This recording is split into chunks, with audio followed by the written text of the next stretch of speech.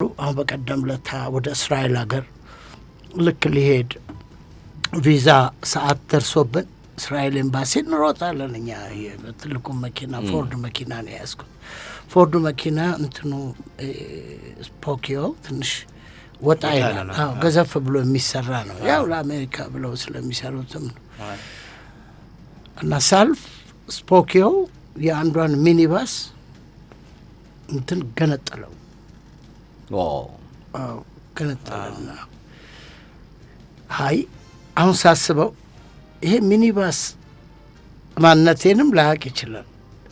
ከዚህ ሰውዬ ጋር ቁጭ ብዬ መደራደር ምናምን እስራኤል ሀገር የመሄድ እድሌን በሙሉ ሊዘጋው ስለሚችል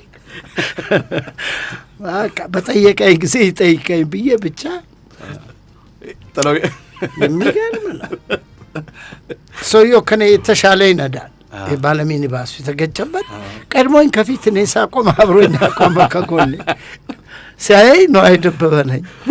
ውይ ጋሽ ነው እርሶ አንተ እንደዚህ ያደረግከው